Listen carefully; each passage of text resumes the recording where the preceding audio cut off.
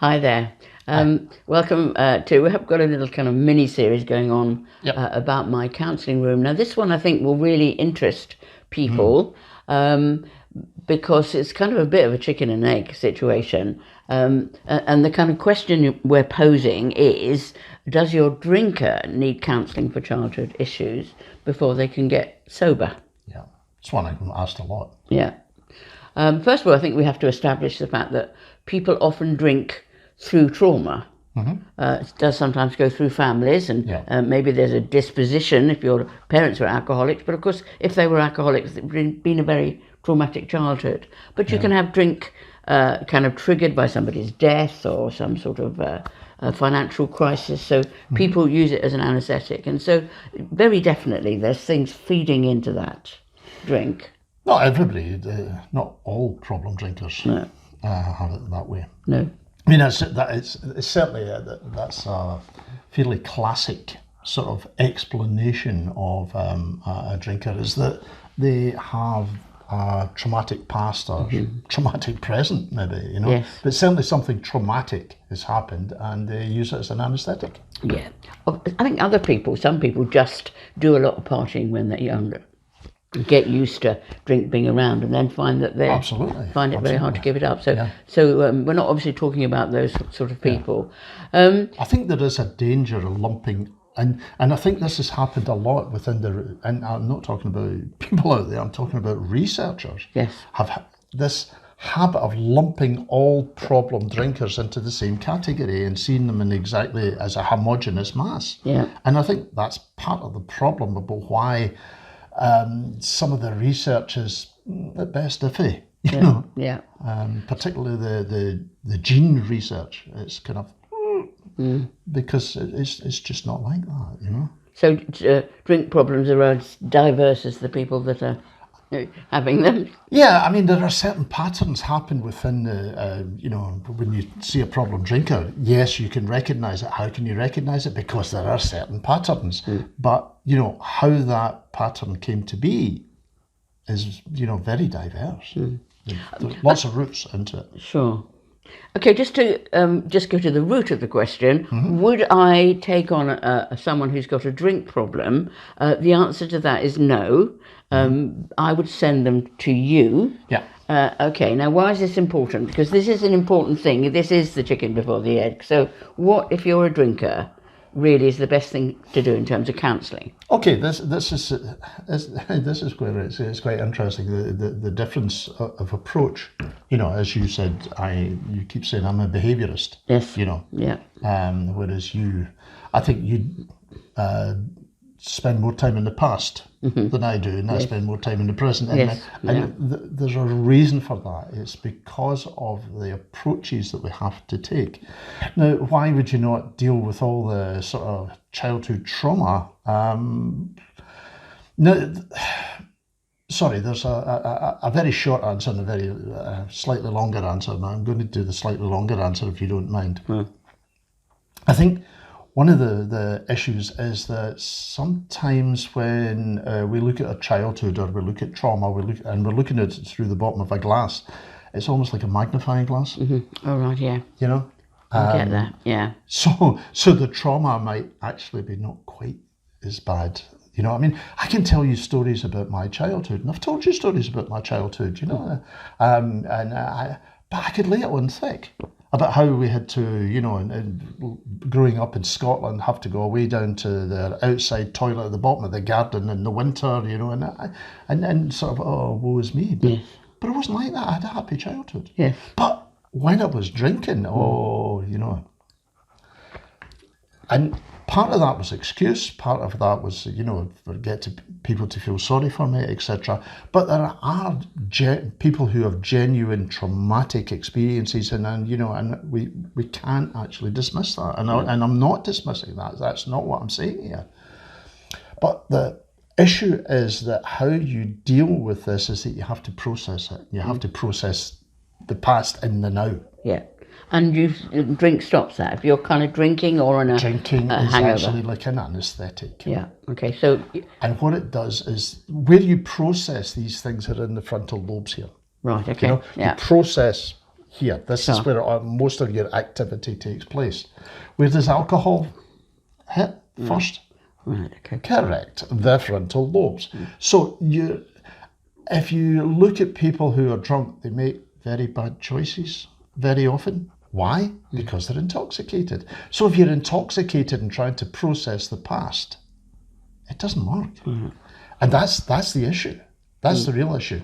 So two things. One is that what you may find is that, if you sort of stop the drinking and start to get sober, then the past actually takes on a different sort of connotations. It has a different look about it. Yeah. Because alcohol is a depressant after all, and it makes it seem that bit worse. And the second thing is about, actually being able to process, you can't do it when you're drinking. Okay. So, And that's why, when people come and say, oh, well, if I could just get counselling for my childhood, everything would be fine. I think, no, it wouldn't. right, okay. So really you're saying that the first and primary counselling for an alcoholic is to help him get free of the alcohol. Absolutely. Before he can have a really genuine perspective Yep. On his past, and at that point, and you have at times. If somebody came to you me. with a sore leg, Yeah. Your foot was really, really hurting and, aching, probably the first thing you would do is say, take the weight off it. Yeah. Put your leg up for a wee while, rest it, and then we see what we can do about it. So basically you're saying the same thing. Take the weight off your brain in terms of alcohol. It kind of makes sense. Would you say, because I think it's quite, what's the word, likely, it happens often that an alcoholic will begin to use a difficult past as an excuse for their drinking. I think that happens quite a lot, doesn't it? In the end, it becomes your badge of excuse, your get out of jail card free, isn't it? Alcoholics in full flow will use almost anything as an excuse, and I have to say I have used many things as excuses when I was drinking. I've actually manufactured lots of things, manufacture the argument. I've talked about this on a number of occasions. That arguments were something that I would sort of, I would sort of provoke an argument so that I could stomp out and go, this woman, I can't live with this woman, I must drink. So you kind of notched up the drama as an excuse. Absolutely. And let's face it, addicts are dramas. They're drama queens at times. That's true. They really It's are. true. So what, if you're living with a problem drinker, as a lot of people are, if they look at these videos, and, the partner is saying, but, it's been really, my dad never, ever loved me and, beat me, and kind of trots it out as an excuse. Yeah. You don't want to minimise the pain, particularly if it's true. So how would you suggest them handling that? Well, I think what you would have to say is that, yes, that must have been extremely traumatic for you. It really must have been. But if we're going to deal with it, then what we need to do is you need to be alcohol free for a while. And then we can actually sort of delve into these sort of things. Then we can start to look at it. Then we can start to, as I say, deal with it in the present. We can sort of work our way through it. We can start to sort of build your self-esteem. We can build your self-worth, your ego. We can do all that in the present. But we can't do that if you are anesthetizing all the time. Okay. If you're self-medicating all the time. It's just, we can't do it. So you're actually, what we're suggesting you say is that absolutely you don't dismiss the pain because it's being used as an excuse for drinking, but you use it as this is the carrot, isn't it? It's to say, well, yes, absolutely, we want you to be free of that, we want to get you some counselling, but you need to be sober to do that well. So you're saying yes, and let's move forward with the drinking. So you counsel drinkers, don't you? I have to say for here, that is something John does on a regular basis. Not always. You do get partners of drinkers, don't you? Quite a lot. I get quite a lot of partners of drinkers, actually. And occasionally I get Both. I get the couples, you know. So I've got the full spectrum. Yeah. You know? But just and to finish on that, you know, what I would say is if we start to look back at one of the most famous programs in the world, which is Alcoholics Anonymous, Yeah. and it's one of the best behavioural, you know, cognitive behavioural programs there is, then the first thing they do is they deal with the drink. Yeah. The next thing they do is they start to deal with, you know, the past. Yeah. Then they start to deal with the now, you know, and making amends, etc. And then, you know, they start to sort of put barriers, you know, so there are different stages to it. Yeah. And the past is not the first stage. The past is something that you start to deal with when you can handle it.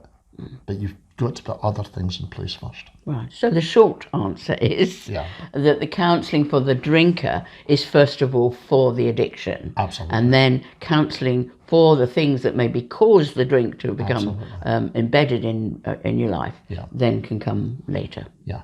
So hope that helps. Remember, John is here. He does he does Zoom all over the world.